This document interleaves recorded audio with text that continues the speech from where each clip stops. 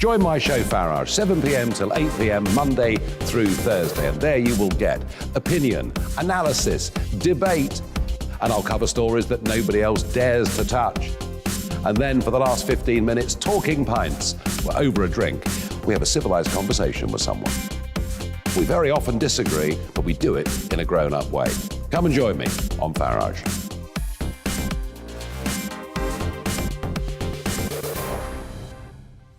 I'm Colin Brazier. I've reported from more than 70 countries around the world, covered wars from Afghanistan to Iraq, from Lebanon to the Balkans. I'm trying to bring that experience, that feel for events, to the studio. And something else. I'm ready to give an opinion. Today's stories with a spark. Brazier from 8 p.m. weekdays on GB News.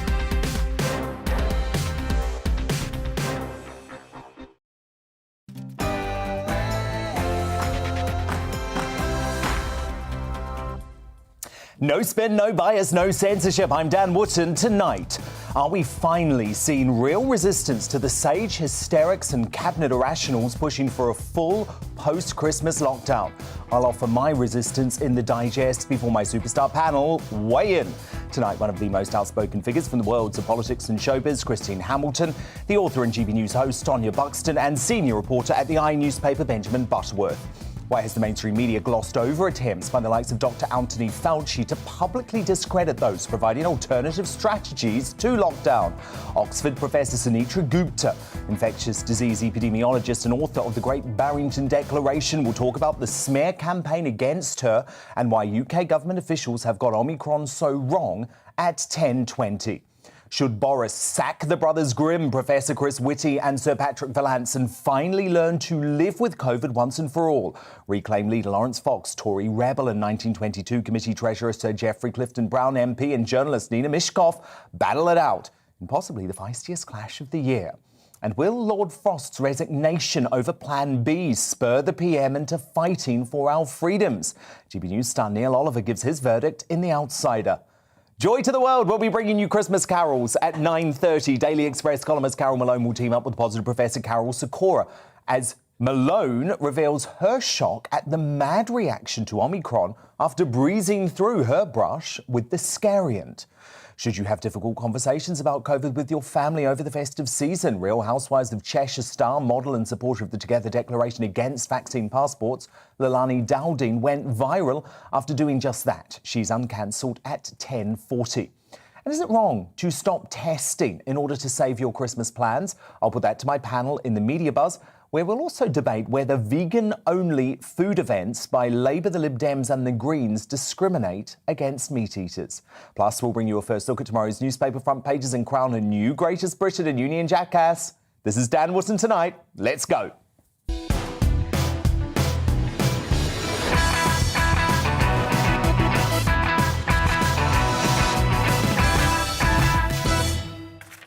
Just one thing first, though. What a joyless little Christmas Grinch that Sadiq Khan is. Breaking tonight, the London mayor has confirmed he is cancelling a New Year's Eve celebration event in Trafalgar Square because of the surge in Omicron cases in the capital. The good news is there will still be a live broadcast spectacular celebrating our city, but it will not be visible from the ground or key locations in the capital. What I don't understand about this is it's outside. It's outside. This makes no sense to me whatsoever. Mr. Khan, get a life. My digest coming up on the Omicron hysteria and the resistance building to it. Then my superstar panel, let's take a first look at them. The media personality, Christine Hamilton, is here. So too, the senior reporter at the newspaper, Benjamin Butterworth, and the broadcaster, Tonya Buxton. They'll be taking me on straight after the news at 9 with Polly Middlehurst.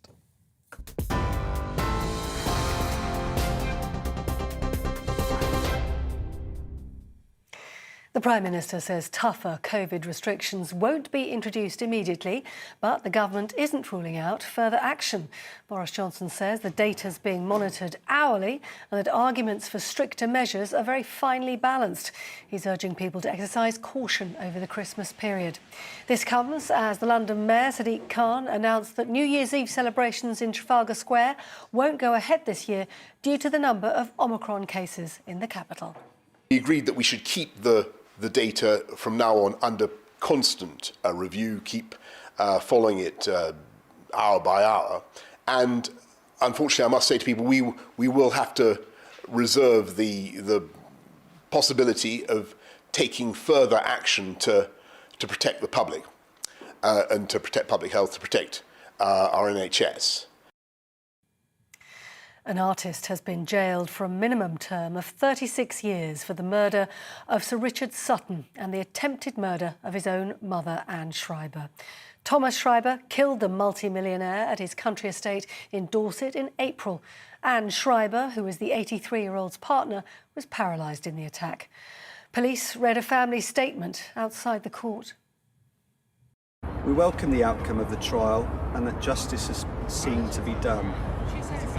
However, this was a tragic and devastating loss of life, taken far too early, of a generous, loving, elderly man who only wanted to enjoy his twilight years. An elderly man who was our father, a brother, a grandfather, and a friend to all who knew him. The World Economic Forum has delayed its annual summit in Davos following concerns over the Omicron variant. The conference, held in the Swiss mountain resort, sees major political and business leaders from around the globe attending. The meeting will instead be held in the early summer. And the Premier League has opted against introducing a circuit breaker despite COVID outbreaks at a number of clubs.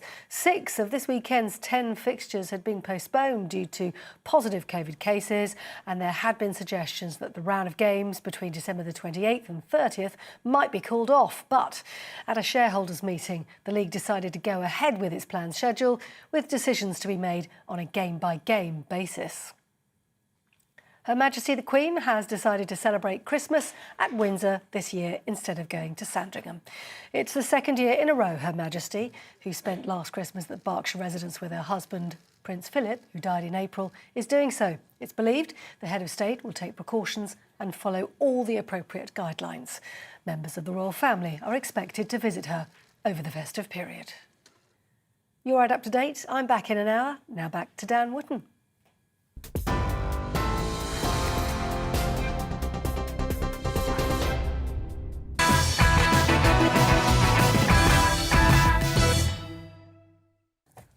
The sage lunatics might be running the asylum. Yep, Christopher Whitty, Patrick Vallance, Neil Ferguson and that commie Susan Mickey, I'm looking at you.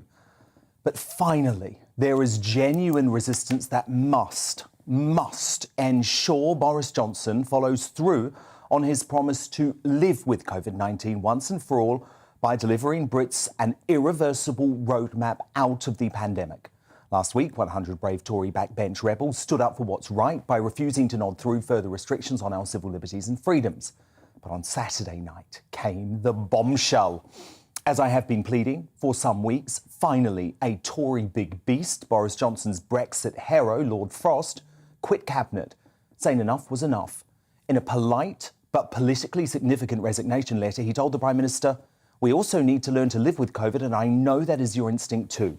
You took a brave decision in July against considerable opposition to open up the country again. Sadly, it did not prove to be irreversible, as I wished, and believe you did too. I hope we can get back on track soon and not be tempted by the kind of coercive measures we have seen elsewhere." Now, as sage hysterics and cabinet irrationals like Michael Gove and Sajid Javid start the drumbeat towards a full lockdown, possibly on December the 27th, it's time for others to stand up and be counted when it matters. Vallance and Whitty have told ministers new measures are needed now. It could see restrictions on mixing indoors, dreaded social distancing measures reintroduced, holidays banned, and the hospitality industry forced communist style to only serve food or drink outdoors in the middle of winter. The irony is if the cabinet do agree to introduce such damaging restrictions, we know these are laws they don't believe in personally, given they didn't even follow them themselves as early as May 2020 and last Christmas, when hospitalisations and deaths were high because no vaccine had yet been rolled out. That's why further restrictions that are essentially lockdowns by stealth must be a red line for every single freedom fighter within the cabinet. I'm looking at you, Rishi Sunak. I'm looking at you, Liz Truss. I'm looking at you, Grant Shapps, too. History will not judge you kindly if you blindly go along with these freedom-destroying and totally unnecessary measures to protect your careers. Meanwhile, the many millions who, for some reason, usually out of a lifelong habit, still choose to get their news from the BBC are presented with an avalanche of doomsday warnings from public health socialists who seem to want perpetual lockdowns. Boris Johnson faces calls to bring in tighter COVID restrictions in England over Christmas. For days, there's been a growing sense around here that more restrictions for England are inevitable. We're not going to put in place any further measures yet, but be on standby because that could change. New COVID restrictions in England are not being ruled out before Christmas. It really highlights the urgency and the fears still swirling around Omicron, the uncertainties about things like the transmissibility and the potential to evade people's immunity. And now we know why the BBC covers this story with such ferocity. A BBC journalist for, quote, many years who has worked there throughout the COVID era has written a damning anonymous expose for The Spectator magazine, revealing why the corporation's coverage of the pandemic has been a one-sided, dismal failure. This person wrote, colleagues I respected and who held sway over running orders to come to the belief that lockdown, social distancing and face coverings, the whole gamut of coronavirus measures, were the only viable route out of the crisis. Alternative strategies, even those backed by eminent scientists and medics, were dismissed as dangerous or the work of cranks, without any effort being made to properly examine their ideas. All the horrors of lockdown, the enforced isolation of older people, funerals without mourners, the dying being denied a relative's hand to hold in their final hours, were blamed directly on the coronavirus rather than the rules, and characterised as tragic but unavoidable consequences of an essential national sacrifice. Then there were the daily death figures reported as within 28 days of a positive test, but with little context. When daily deaths began to fall, positive test results would be reported instead. And this is the key quote. As the public service broadcaster in a democratic country, the BBC should understand and feature this debate and not act as a government campaigner. Instead, with its reporting of the pandemic, it has made a truly awful new normal much more likely. Shame on them. The BBC Scare Factory pumps the stuff out hour after hour, day after day, week after week, just like they have for the past 21 months. There's never any context, by the way. So tonight, I'll give you some. On December the 16th, just a few days ago, 1.6 million tests were conducted in the UK. Do you know, and I bet you don't, that's 4 times the 364,388 tests conducted on the same date a year ago. No wonder the reported cases are higher. Co-author of the Great Barrington Declaration, the eminent Oxford professor Sunitra Gupta, is one of those condemned by the BBC throughout the pandemic. She says of the new scariant, the idea that Omicron is spreading more quickly than other viruses is quite flawed. I am still convinced that we have completely underestimated how other variants spread. The rate which it is now spreading is completely commensurate with there having been a loss of immunity against reinfection among those previously naturally infected and certainly among those who were vaccinated. And Professor Gupta, who you won't hear given a fair shot on the BBC, will be here later. Our country is facing severe consequences if Boris ignores scientists like Professor Gupta and gives in yet again to the brothers Grimm, Vallance, Whitty and Ferguson. The time has come for more cabinet ministers who understand the long-term peril we are now in to follow Lord Frost out the door and prove to the Prime Minister he cannot consistently give away our freedoms without serious consequences. To respond now, let me bring my superstar panel. Tonight, the author and media personality Christine Hamilton is here. So too, the senior reporter at the newspaper Benjamin Butterworth and the broadcaster and GB News presenter Tonya Buxton. Christine Hamilton, enough is enough, right? Well, from the BBC, absolutely. what annoys me, why do you think GBNews is so successful, by the way? Because people are turning off in their droves, you know, bring it on, keep it going. GBNews wouldn't be necessary if the BBC was doing their job, which is impartial. They're the flagship of the world, supposed to be, for impartial broadcasting. But what can... Maybe supposed to be. Maybe used to be. I did say supposed to be. What annoys me is it isn't just COVID. I mean, what you've just said, that the litany against them on COVID is appalling. But take climate change. They are exactly the same on climate change. They take climate change and all this scaremongering as a given fact, as though the argument is over. It isn't. The scientists are still discussing it. You never see anybody on the BBC putting the other side. It's their metropolitan, liberal, woolly-minded view that you get all the time, which is not what the publicly funded broadcasting corporation should be doing. Absolutely. And Benjamin, when it comes to Omicron, we actually need to talk about some facts, OK? So we were told that Omicron cases were meant to be doubling every 2 days. Why then, Benjamin, are overall case numbers virtually flat for 4 days? Hospitalisations haven't moved week on week. The 6,000 death projection by SAGE is a laughable fallacy. It's never going to happen. It would mean that 60% of people admitted for COVID at the peak of this wave would die. That's nearly double the death rate of last year's peak before we had vaccines or antiviral treatments. This is rubbish, Benjamin. Why is the BBC propagating this rubbish? I mean, what would be completely wrong and completely undemocratic is if the BBC and many other broadcasters didn't air what our scientists and experts predict as the worst-case scenarios for these things. How would it be a democratic functioning society if the people at the top of the game as their experts were not getting their views heard? But why aren't they interviewing why aren't they interviewing the other side? Exactly. Where's Sunetra Gupta? Where's Carl Hennigan on the BBC? Where's Dr. Jay Bhattacharya? Where's Martin Kulldorff? Where are those experts, Benjamin? I mean, look, you know, you can reel off your cast. I suspect if you sat them down and asked if they'd ever been on the BBC, I strongly suspect that they have. I've certainly heard other voices on the BBC. Yeah, and they get slammed and pilloried when they... The fact is, and I read this Spectator article from a BBC journalist who doesn't have the guts to put their name. Well, they'd lose their... Well, they'd lose their... Exactly. To be honest, though, I would actually like them, and I'll give them an offer right here, live on air, actually. Name yourself, go public, and come and work for GBNews. You don't need to work at the BBC. We will welcome you with open arms, Tonya, won't we? We absolutely will. And the main thing is that we're living in a climate of fear. And we know from Laura Dodsworth's book how many people are in such fear. We've got people within the government who are too scared to tell the truth because they lose their jobs. I personally speak to doctors, nurses, virologists, immunologists who are scared of losing their licences, so they keep quiet. But actually, I can feel them coming to the end of their tether, this aberration of lies that we're having to tolerate all the time and the brainwashing.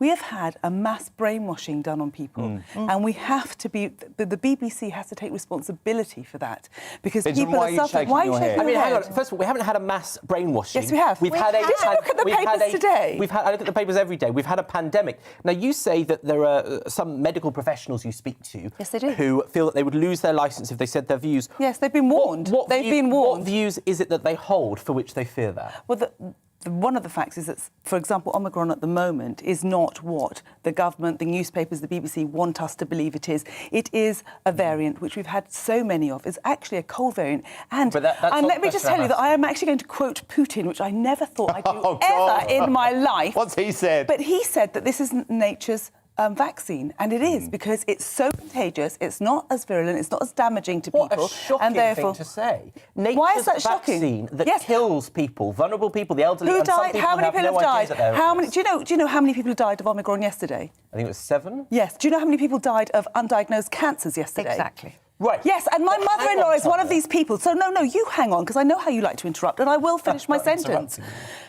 How many people have died because of these lockdown measures? No, how I don't many accept people? That for a moment. Oh, well, then you're a fool. How are you sitting here? I don't accept that for a moment, because... The suicides, the women that I speak to, I have spoken to women whose children have committed suicide during lockdown because they were locked in and they lost themselves. I know personally, I can give you their names. So they are children that would not have died during lockdown. We know from baby Arthur... We know from baby Arthur... Is this a lecture from Tonya? No, I'm going to finish my point. My point is that lockdown and everything that it's caused will cause far more deaths than COVID ever did. And also, this particular Omicron strand is not going to do any harm compared to the harms that these restrictions or the threat of restrictions are doing to people. Benjamin, let me bring Christina. Can I answer the allegations? You can answer quickly, and then we'll... Very quick point I don't accept for a split second this argument that somehow, because there were other treatments that people didn't come forward to, that you would have been able to deal with that better if you didn't have lockdown. The situation is that you have a highly contagious virus, that if you hadn't stopped people from socialising and mixing during those months... You're doing the scaremongering here. If you hadn't stopped people from socialising, Christine, you would have had so many... Christine, I want Christine to come and find a word to Christine. Come on, Christine. Consumed by COVID cases and wouldn't be able to treat anyone with cancer. And Sweden? All I want to say is Sweden that has a double Norway's death rate. Listen to Christine. Show some respect to Christine. The average age of people dying from COVID is 83. The life expectancy of somebody born today is 82. Most of the people dying with COVID were going to die of something fairly soon anyway. And how many of them died of... Not a heartless thing to say. It's not heartless. Benjamin, it's not true. heartless. And how many died dealing of with the reality COVID instead of this with COVID? Indeed. Well, look, this superstar panel are here all night, so don't worry, you're going to have a lot more of Christine Hamilton, Benjamin Butterworth and Tonya Buxton before the end of the show.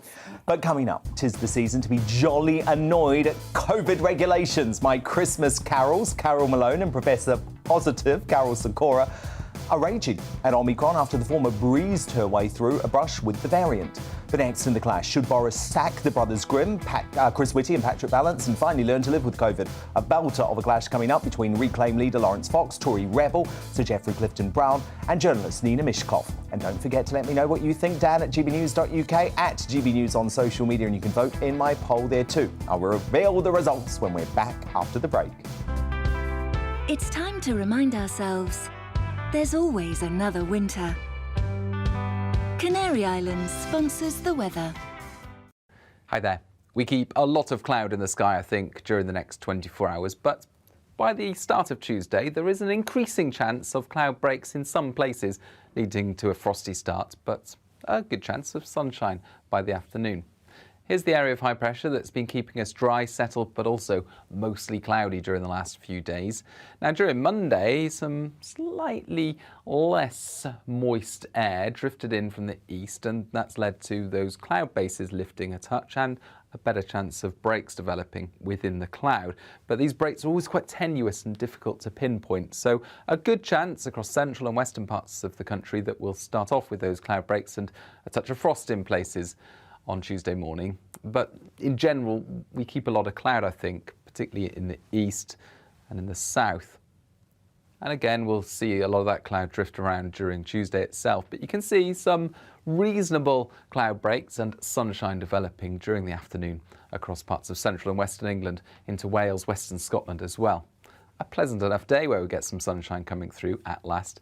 Otherwise, mostly it's cloudy and it's feeling cold, 5, 6, 7 Celsius, about as high as those temperatures will get.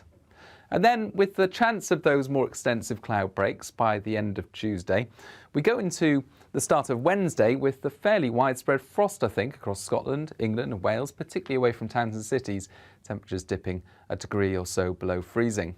But for Northern Ireland, it's milder as cloud rolls in here and the first signs of a change on the way midweek. Outbreaks of rain, a wet start for Northern Ireland, and then those outbreaks of rain pushing into southwestern Scotland by the afternoon, as well as Wales and southwest England. Some heavy rain for a time, and that moves into the colder air further east. So there's the chance of some snow on the tops of the Pennines and Scottish mountains, but it turns milder and wetter in the south. Hi there. We keep a lot of cloud in the sky.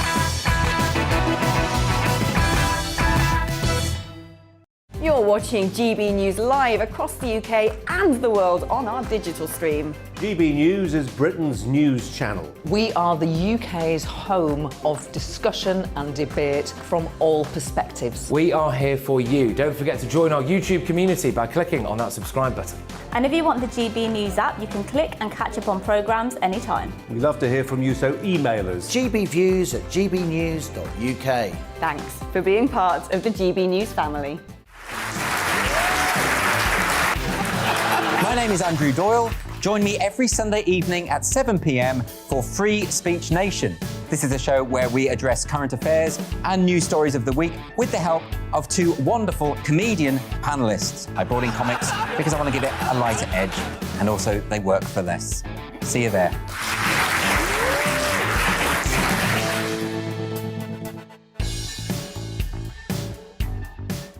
Join my show Farage, 7 p.m. till 8 p.m. Monday through Thursday, and there you will get opinion, analysis, debate, and I'll cover stories that nobody else dares to touch. And then for the last 15 minutes, talking pints. We're over a drink. We have a civilised conversation with someone. We very often disagree, but we do it in a grown-up way. Come and join me on Farage.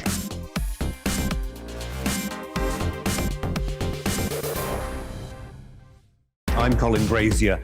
I've reported from more than 70 countries around the world, covered wars from Afghanistan to Iraq, from Lebanon to the Balkans. I'm trying to bring that experience, that feel for events, to the studio. And something else. I'm ready to give an opinion. Today's stories with a spark. Brazier from 8 p.m. weekdays on GB News. Join us for the Political Correction. We're here every Sunday to correct politics and put you, the people, back in charge. We talk about all areas of the United Kingdom, including Northern Ireland. Our debate goes way beyond the Westminster Village. It's about the real country. It's about your opinion. So please, we want you to tell us what you think. This is the Political Correction. Every Sunday morning from 10 a.m. here on GB News.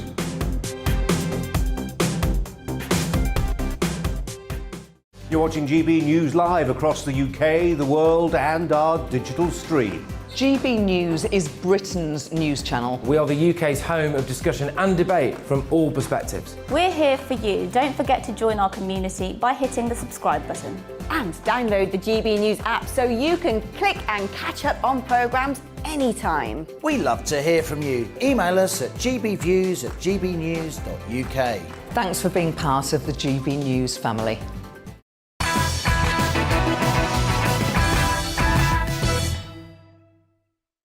Time now for The Clash. And just a reminder for everyone worshipping at the feet of our doomsday scientists, Chris Whitty is not the Prime Minister. He's an unelected and completely unaccountable boffin making just-in-case recommendations based on narrow, overly pessimistic and flawed sage modelling.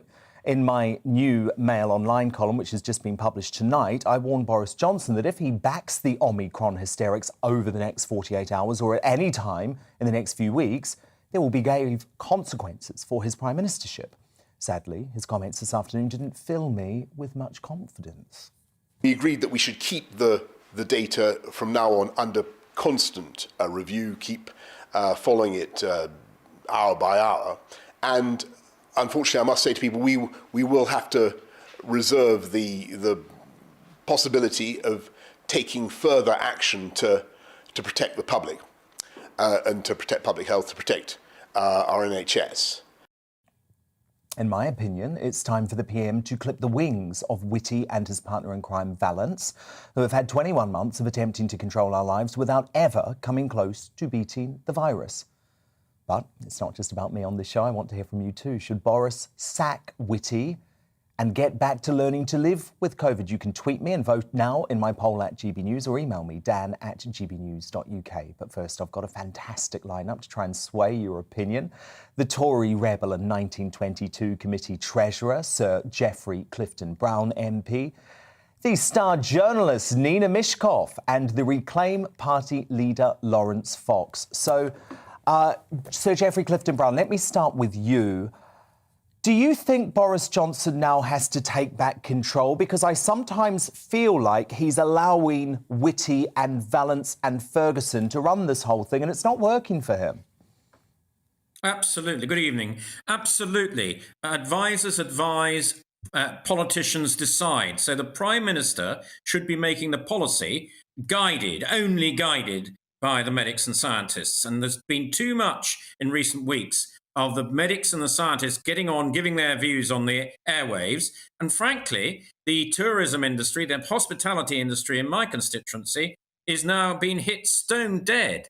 And there will be, no doubt, many cases of people getting mental problems as a result of this quasi-lockdown. So it should be the Prime Minister. He should take firm control, and he should say there will be no further measures before Christmas, because we won't know before Christmas whether these cases of Omicron are going to develop into serious hospital cases or not. So you should say there will be no further measures before Christmas. Exercise caution, but go and meet people sensibly and enjoy yourselves.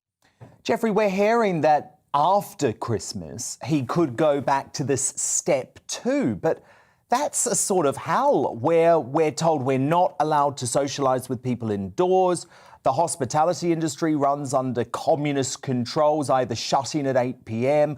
or having to serve food only outside. Travel would be banned. This could be the end of Boris Johnson, surely, because if he introduced these types of measures, I presume you're going to have dozens of MPs writing letters of no confidence and sending them to your committee. Well, do you know what? I feel even more vindicated taking the vote than I did a week ago, because it's simply the evidence wasn't there. And whatever he does in the future, he must act on the evidence. And there is no evidence at the moment that the National Health Service is going to be overwhelmed. Indeed, the evidence is somewhat to the contrary. In South Africa, the cases have peaked. They're now starting to come down. The number of hospitalizations was never that severe in South Africa. And we have many more people vaccinated in this country than South Africa does. So I think that we've got to be very, very careful before we take people's liberties away again. Nina, don't you just think this is becoming a cycle of perpetual lockdowns? Because as Jeffrey says, there are no worrying figures at this point. Hospitalizations are flat. Week on week. The death numbers are still relatively low. Why should we listen to the scaremongering from Whitty and Valence? It's not scaremongering from Whitty. Whitty is a scientist, and scientists deal with facts. They then extrapolate from those facts and they present the government with various scenarios, and it's for the politicians and the government to decide. So that Chris Whitty is not running this country, and more's the pity with the way Boris Johnson, who can't even control his own trousers at times. So never mind giving Boris control. I mean, we just don't want that. The thing is, we haven't got to grips with Delta yet. The caseload of Delta, we're running at 112 on average deaths a day. That was last week. We still haven't got control of that. Omicron has come and we don't know what that's going to do to us. It may not be as severe, in which case, fantastic. We're all hoping that's the thing. But the thing is, we don't know. The cases will not come through into hospitalisation. So what, lock us up while we wait to find out, Nina? Is that what you're saying? A week or two, they will start coming through. So lock us up until then? No, but the point being, there are so many cases, and this goes to industry. This goes to the hospitality sector. This goes to the entertainment sector. It goes to the NHS, because people are dropping with Omicron, and they cannot do their jobs. They may not be being hospitalised yet. They may not be being hospitalised yet. But this is going to cause an enormous strain because of the workforce. The workforce, you cannot work if you've got Omicron. So that's 10 days out of the system. So it's not, and we haven't even started talking about deaths. We don't know about the deaths. We're not talking about the deaths. Lawrence Fox, doesn't it feel like folk like Whitty and Valence actually want to present bad news? They're actually telling us to ignore the evidence coming from South Africa, which all looks positive. Yeah, hi Dan, how are you doing? I think we should all be rather grateful for this God variant, which is going to see our way out of this. And, you know, I've never been into BDSM or anything like that. And fill your boots if you are. But I didn't think that my first relationship and exposure to BDSM would be with my own government. So I think it's absolutely appalling. And what I would say to the other, to Nina particularly, is what conditions would be appropriate for you for us to go back to normal life? What would you say? Right, this is okay if this condition is fulfilled and this condition. What would you accept as a return to normal life? I would accept as a return to normal life when our death rate was not what it is at the moment. And 7. 112 a day. You know, Zero death. We saw that tornado. But Nina, do you know how many people die a day from heart attacks, from cancer, from suicide? But this is on top of that, Dan. This is on top of that. It's not. either or. We have that on top of that. Did you notice that tornado in the States last week? Everybody thought it was a disaster, and of course it was a disaster, a catastrophe. There were fewer people who died in that whole catastrophe than die in one day here. Jeffrey, isn't that the issue that the Tory rebels might have? Actually, there's a lot of folk who feel like, Nina, they're actually happy to remain locked in their homes if it means that we try and get to zero. I am not COVID happy deaths. to remain in my home, but I do the sensible thing. OK, Jeffrey, do you see what I mean? Yeah. So can I just correct Nina? Last night, the number of deaths was less than 50. It had come down from the night before. It was 44, and everybody knows, Jeffrey. Very few deaths at the moment. Everybody knows, Jeffrey, and I don't know why you don't know it, is that they don't count at the those constituents of mine that say we need more lockdown, I say that's fine. Go and lock down yourselves. Jeffrey, but for those of the rest of us typical, that actually want to get out and get on with our lives, over a woman, it's quite wrong when the figures are so low that the government should be contemplating further erosions of our civil liberties. It's just not taking the evidence into account. Can he just answer my question? Does he not know that at the weekend they don't count? So 44 is what's come out from what they've counted. And the average deaths on a daily basis last week were 112. Nina, what we don't know what it will be this week. As you say, less than 50 last night. I don't know what it will be tonight. I know that. I've whether it's frankly, whether it's 100 or 40, it's 100 or 40 too many people dying, but it's still very low as a percentage of the number of people that have got Omicron in the population. So I can't quite see why we're so overreacting to the situation. Well, I want to bring Lawrence in. It's not looking at the facts. On he goes, like a steamroller. Nina, give Lawrence a chance to respond. Yeah. Well, I think you've both been able to put your position.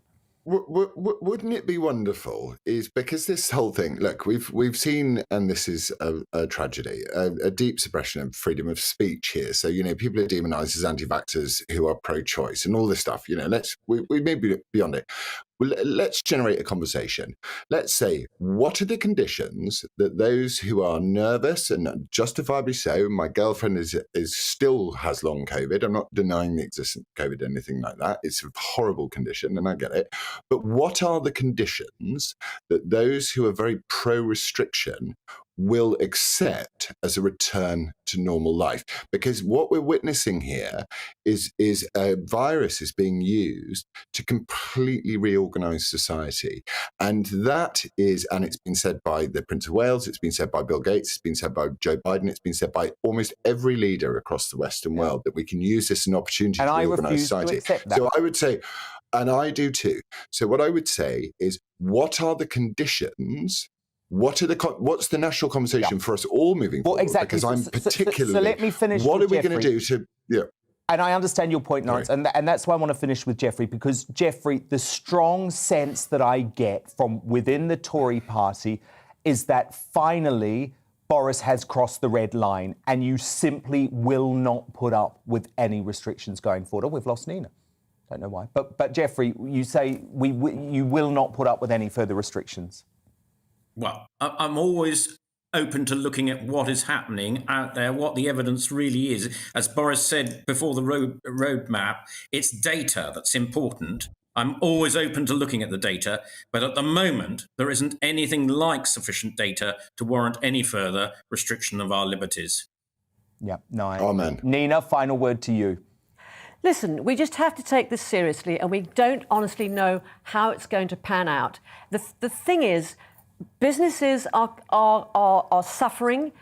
The West End, for instance, half of the West End is closed because the casts have COVID. It's not because of anything that Chris Whitty said. Well, I think the first thing they need to do actually is cut down the isolation period from 10 days to 5 days, and then we can start getting on our feet again. But look, fascinating debate. Star journalist Nina Mishkov, great to have you on the show. Thank you too to the Reclaim Party leader Lawrence Fox, Merry Christmas, and the Tory rebel and 1922 committee treasurer Sir Geoffrey Clinton Brown MP, who may be in for a very busy festive period. So who do you agree with? Should Boris sack Chris Whitty and learn to live with COVID? David on Twitter says yes. If Whitty and co had been in the private sector and made so many appalling, inaccurate predictions, they would have been out of a job long ago. Mike on Twitter says it wasn't Whitty who gave us vaccine passports and voted for them. It was Boris and Parliament. Boris is the problem. Robin says no, Boris shouldn't sack Whitty, but he should stand up to him better from now on and make sure he balances arguments better. To sack him now is harsh, considering what he has done in the past. We know lockdowns are not the way now, but beforehand we didn't. And your verdict is now in. 78% of you agree that Boris Johnson should sack Chris Whitty and learn to live with COVID, while 22% of you say he should stick with his chief medical officer. Coming up in The Outsider is Lord Frost's resignation over Plan B, cause for hope in the fight against COVID. GBNews Optimist-in-Chief Neil Oliver will be here on that. The next columnist, Carol Malone, got a holy fright after testing positive for COVID, but now she's realised just how out of control Omicron hysteria has become. Our two Carols, Carol Malone and positive Professor Carol Sikora, are coming up straight after the break.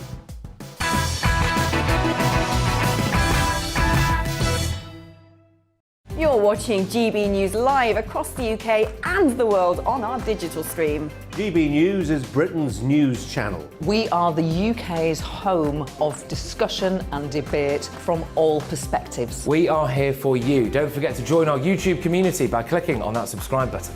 And if you want the GB News app, you can click and catch up on programmes anytime. We love to hear from you, so email us. gbviews@gbnews.uk. Thanks for being part of the GB News family.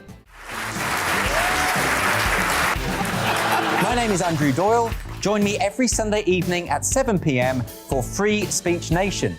This is a show where we address current affairs and news stories of the week with the help of two wonderful comedian panellists. I brought in comics because I want to give it a lighter edge, and also they work for less. See you there.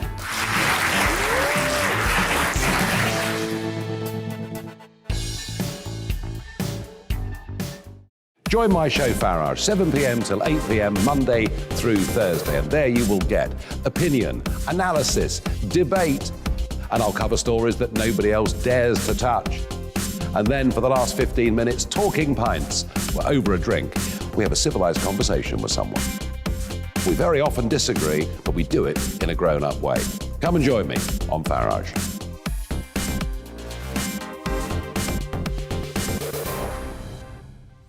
I'm Colin Brazier.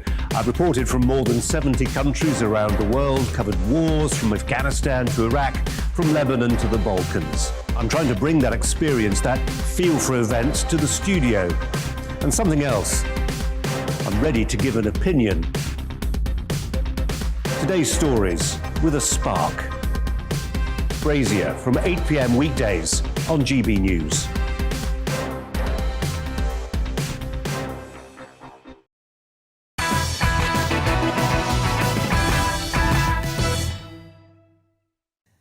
Now, many of you will know Carol Malone as one of our regular panellists here on Dan Wootton Tonight, but for the last couple of weeks, she hasn't been sitting here with us in the studio after testing positive for Omicron. And as she detailed in her recent column for the Daily Express newspaper, her experience is that Omicron is a mild illness that doesn't justify another lockdown.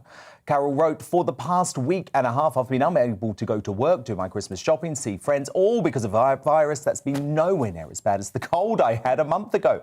I'm a 60-something, overweight woman with asthma, so I'm a prime candidate for COVID complications, but they never came. And I'm convinced that's because I've been triple jabbed. But my overriding thought during my confinement has been they're locking down a country, scuppering our recovery, wrecking another Christmas for this." And Carol Malone joins us now alongside our positive Professor Carol Sikora. So Carol Malone, look, I know you were very nervous about getting COVID, but Omicron has been a real blessing in disguise because you haven't even felt it by the sounds of things.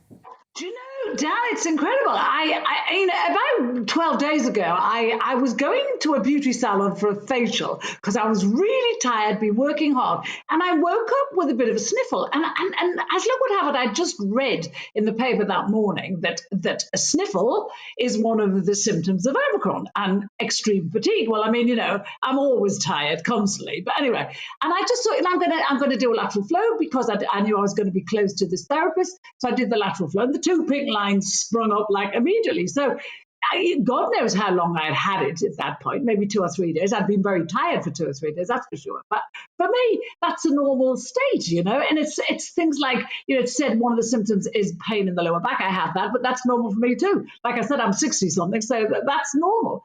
But I have to say, I was quite scared when the positive test came through, because I was thinking, maybe by day 2 or 3, it's going to explode and I'm going to be really, really ill. It just never came, and I'm cross. I'm angry that both the government scientists are going around. Whitty said last week he was making all these doomsday scenarios, and he was saying, "I'm not saying this will happen. I'm saying it's a possibility." No, that's not the science. That's actually speculation. That's guesswork. Why is no one taking notice of the real world study from South Africa, which said of the 78,000 people that they looked at, only 5% needed ICU treatment. We get worse than that in hospitals here for flu in the winter. This strain, as I say, as you said, what I said in the column, I'm 60-something, I'm overweight, I've got asthma, I'm a prime candidate for COVID complications, and they just haven't come. And to lock down a country for this is crazy. I'm not saying people who have compromised immune systems or whatever should be, should not be worried. They have to shield like, they've been told to all along. But for people like me, and for much younger people than me, it's crazy I've had to sit at home doing nothing for 10 days.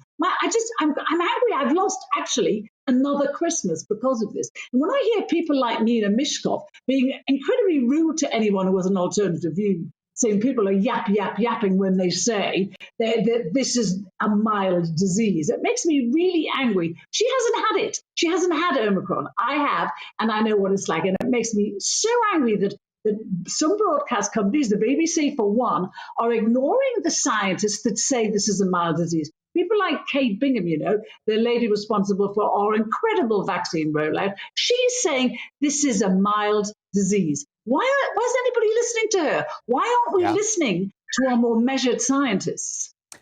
Carol Sikora, it's fascinating, isn't it, hearing that from Carol, who was someone who was nervous about getting COVID, and now that she's had Omicron, says this is nothing to worry about. Carol, is that what you've been picking up on as well? It really is. And at the moment, hospitalizations in the UK are not going up. They're staying flat. They bounce around a bit day to day, but they're relatively flat. 7,500 people are in hospital today with 28 days of being tested positive for COVID. Many of those will be in hospital anyway. They've had heart attacks, they've had trauma on the roads and so on. So it's not that clear cut. And Carol's story is just great. I'm so glad she's so well because she's a nice lady. But apart from that, I think the amazing thing is that for most people, this is a mild infection. And what Omicron's trying to do as a virus is trying to live with us. It's trying to be friendly. Unbelievable though it seems, it is trying to be friendly. It's trying to evolve into endemic, so it lives with us forever, just like the common cold, just like the flu, which we don't fuss about. We don't go testing, we don't have border controls for people that test positive for the flu. We don't worry about it. And that's where we've got to go with COVID. No, I completely agree. Carol Malone, I would say one of the first things this government needs to do is cut down this self-isolation period from 10 days. I would say 5 days, Carol, because if you test negative, why shouldn't you be released?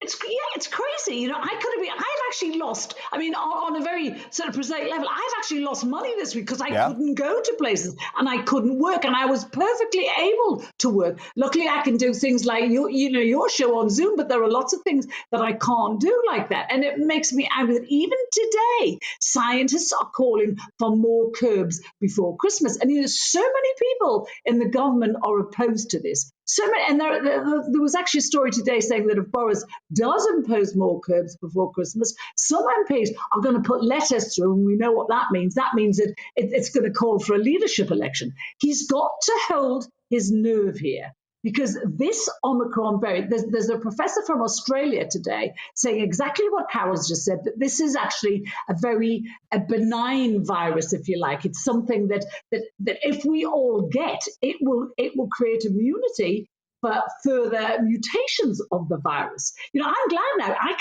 was a part of me last week wanted to go out and say to people, get this from me, because then you're done, you know, then you've had it. Exactly. You're not going to get it again, and if you do, it'll be much milder. You'll feel liberated. Carol Sikora, just final word to you. Do you agree the government needs to hold its nerve and not impose lots of new restrictions on us all?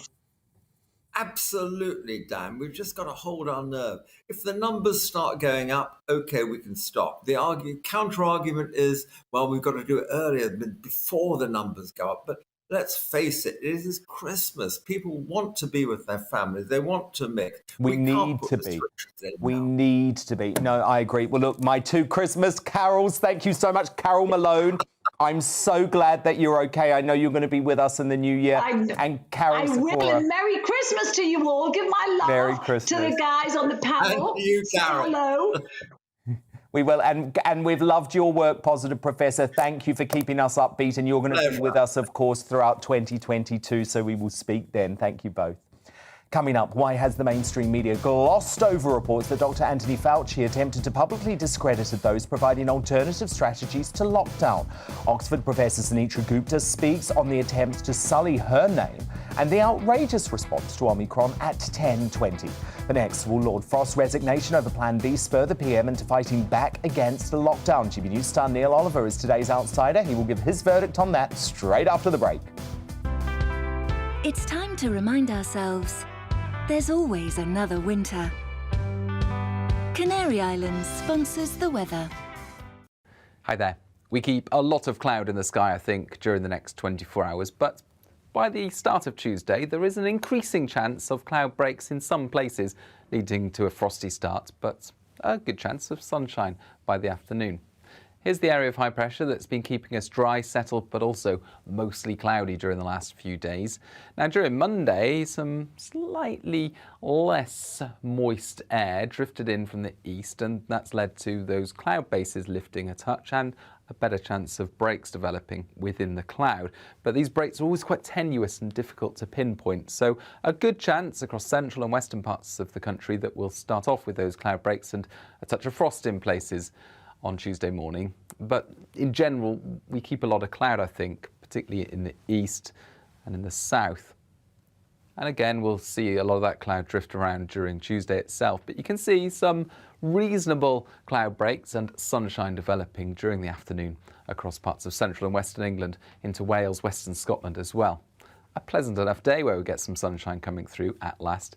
Otherwise, mostly it's cloudy and it's feeling cold, 5, 6, 7 Celsius, about as high as those temperatures will get.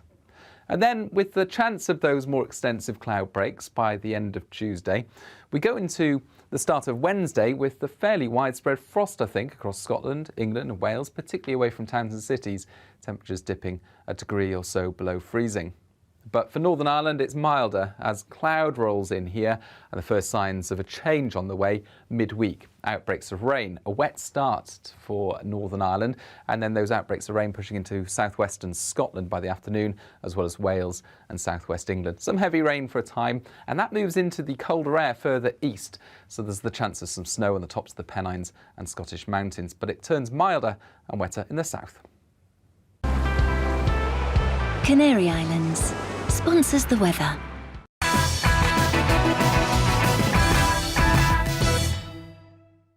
You're watching GB News live across the UK and the world on our digital stream. GB News is Britain's news channel. We are the UK's home of discussion and debate from all perspectives. We are here for you. Don't forget to join our YouTube community by clicking on that subscribe button.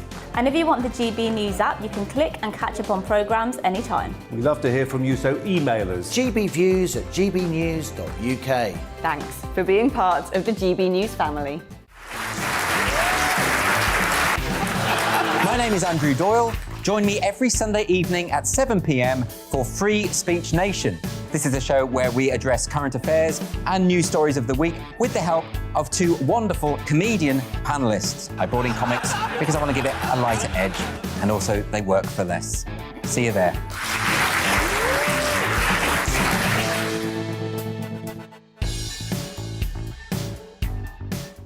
Join my show Farage, 7 p.m. till 8 p.m. Monday through Thursday, and there you will get opinion, analysis, debate, and I'll cover stories that nobody else dares to touch. And then for the last 15 minutes, talking pints. We're over a drink. We have a civilized conversation with someone. We very often disagree, but we do it in a grown-up way. Come and join me on Farage.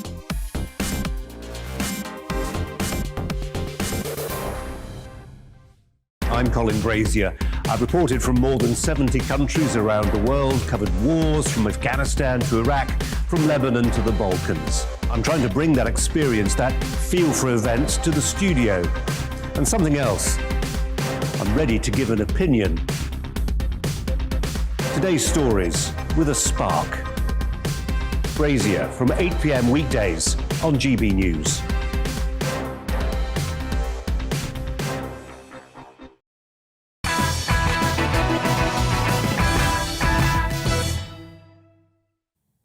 Professor Sunetra Gupta on the way, but the brilliant Neil Oliver is tonight's outsider. And as I mentioned in my digest earlier, the Tory big beast and freedom fighter Lord Frost put his morals before all else and quit the cabinet over COVID restrictions, saying enough is enough. Finally, if only more of our politicians had the same moral integrity and courage to stand up for what's right, this is what he said earlier. Huge admiration for what he's done as a leader, taken us out of the EU, won the election, set the country on a new path. We have never disagreed in any way about Brexit policy. Right up to the last day, we've been absolutely aligned on that, and Liz Truss and Chris Heaton-Harris, I'm sure, are going to do a great job. I left the government because, as I think is well known, I couldn't support certain policies, most recently on COVID restrictions and Plan B. And if you're a minister, you have to support collective responsibility, you have to support decisions of the government, and I couldn't, so that's why I had to leave. Now, Neil Oliver, I know this is just one minister, one man, but look, we've been completely lacking any moral integrity, haven't we, in terms of cabinet ministers actually quitting because of their opposition to lockdowns, even though lots of them are privately opposed. So I'm sorry, for me, this did feel like a game-changing moment. Am I getting too excited? I think a lot of bets are off. I think the traditional indicators of, regime change or someone at the top, being about to fall on their sword. I think all bets are off at the moment, and I wouldn't make any predictions about what Lord Frost's, walking away from Boris at this point might mean for Boris. However, I think what it does seem to suggest is that there you had someone who was a committed Conservative in the traditional vein, committed to Brexit, who presumably felt that the foundations laid over the last couple of years or prior to COVID were not being built upon, might never be built upon. That that so much has changed that now Britain is essentially a health service, a COVID service, really, with an ailing economy bolted onto the side of it. And maybe Lord Frost just couldn't bear to be around that anymore. Yeah, it would seem, reading between the lines and things that have been said in the past, that the ruinous cost of net zero policies, and then topped off with going for Plan B, going for further restrictions based on COVID, have just finally made that one individual walk away from Boris Johnson. Maybe it's a sign of change, maybe it's a sign of things to come, but like I say, the rule book of traditional politics seems to be out the window at the moment, and whether or not it will be a turning point, a 0 hour for Boris Johnson, well, your guess is mine. Yeah, well, I was feeling positive on Saturday night, Neil. Feeling a little bit more pessimistic again today, it has to be said, because we hear the drumbeat of lockdown again, Neil. Talk of this return to step B, potentially post-Christmas, which would mean the government once again telling us who we can socialise with. I can't believe that Boris Johnson is that stupid. Why is he not listening? Listening to folk like Lord Frost, listening to his party. I don't get why he continues to be enthralled by Whitty and Vallance and these unelected scientists. I agree. I think Boris Johnson is just listening to a stuck record, and Valence and Whitty and the rest of the advisors around him are just a stuck record. I think they've obviously opted for the idea that being seen to be being tough on COVID and tough on the causes of COVID or whatever, and continuing to chase lockdown is something that they sense that maybe what they interpret as a majority of the population want. I think they're completely misreading the will of the country. I think the silent majority have absolutely had enough, and I think the proof of that pudding will be there for all to see.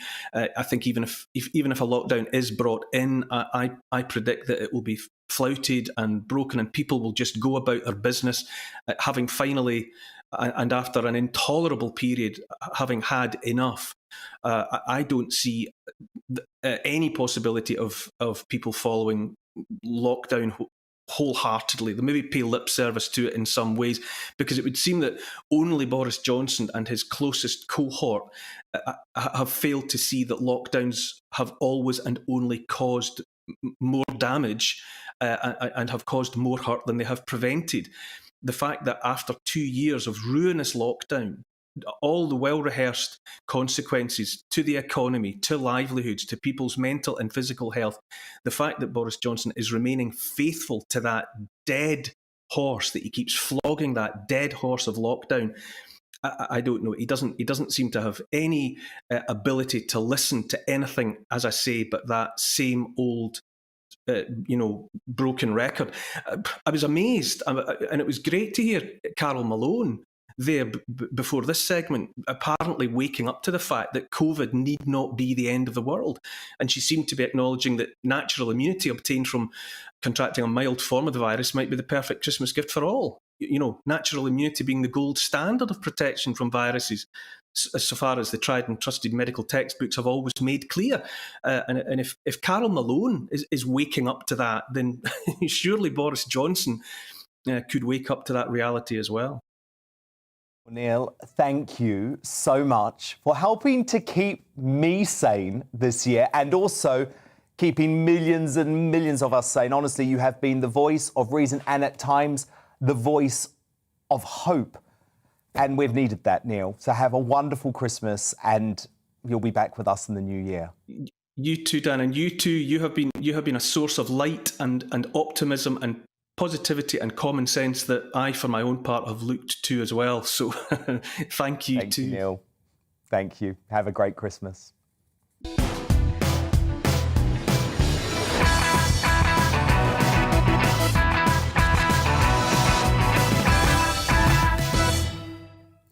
It's 10 p.m, still to come as the government threatens to unnecessarily lock us down again this festive season. How did the powers that be get Omicron so wrong? The incredible Oxford University Professor Sunetra Gupta, infectious disease epidemiologist, delivers her expert opinion on the scariant and opens up about the attempts to publicly smear her and fellow authors of the Great Barrington Declaration by Dr. Anthony Fauci. Should you have difficult conversations about COVID with your family over Christmas? Former Real Housewives of Cheshire star and model Lilani Dowding got massive props on social media for doing just that. She'll explain how to broach the subject and discuss her support of the Together Declaration against vaccine passports in uncancelled. Is it wrong to stop testing for COVID in order to save your Christmas plans? And are vegan-only events thrown by Labour, the Lib Dems and the Greens discriminatory?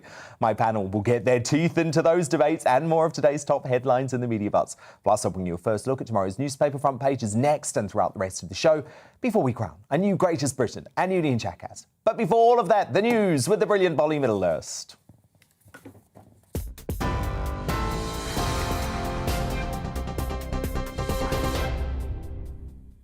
Good evening. The Prime Minister says tougher COVID restrictions won't be introduced immediately, but the government isn't ruling out further action. Boris Johnson says the data is being monitored hourly and that arguments for stricter measures are very finely balanced. He's urging the public to exercise caution over the Christmas period, and this comes as the London Mayor, Sadiq Khan, announces that New Year's Eve celebrations in Trafalgar Square won't go ahead this year due to the number of Omicron cases in the capital. We agreed that we should keep the data from now on under constant review, keep following it hour by hour. And unfortunately, I must say to people, we will have to reserve possibility of taking further action to protect the public and to protect public health, to protect our NHS. Well, in other news, an artist has been jailed for a minimum of 36 years for the murder of Sir Richard Sutton and the attempted murder of his own mother, Anne Schreiber. Thomas Schreiber killed the multimillionaire at his country estate in Dorset in April. Anne Schreiber, who is the 83-year-old's partner, was paralysed in the attack. Police read out a family statement outside the court. We welcome the outcome of the trial and that justice is seen to be done. However, this was a tragic and devastating loss of life, taken far too early, of a generous, loving, elderly man who only wanted to enjoy his twilight years. An elderly man who was our father, a brother, a grandfather, and a friend to all who knew him. Meanwhile, the Premier League has opted against introducing a circuit breaker despite COVID outbreaks at a number of Premier League clubs. 6 of the weekend's 10 fixtures were postponed due to positive cases, and there had been suggestions that the round of games between December the 28th and the 30th might be called off. But at a shareholders' meeting, the league decided to go ahead with its planned schedule, with decisions to be made on a game-by-game basis. And lastly, Her Majesty the Queen has decided to celebrate Christmas at Windsor this year instead of going to Sandringham. It's the second year in a row for Her Majesty. She spent last Christmas at the Berkshire residence with her husband Philip, who died in April. It's believed the head of state will take precautions and follow all the appropriate guidelines. Members of the royal family are also planning to visit over the festive period. You're right up to date. I'm back in an hour. Right now, back to Dan Wootton and Tonight.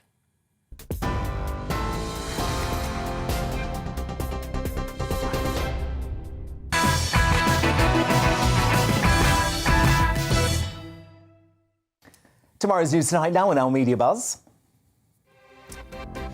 And let's kick off with the very first look at the front pages hot off the press. The Metro, Raab's tailor-made excuse. The paper reports on the Deputy PM's excuses after a picture emerged of an apparent Downing Street cheese and wine party during lockdown last year.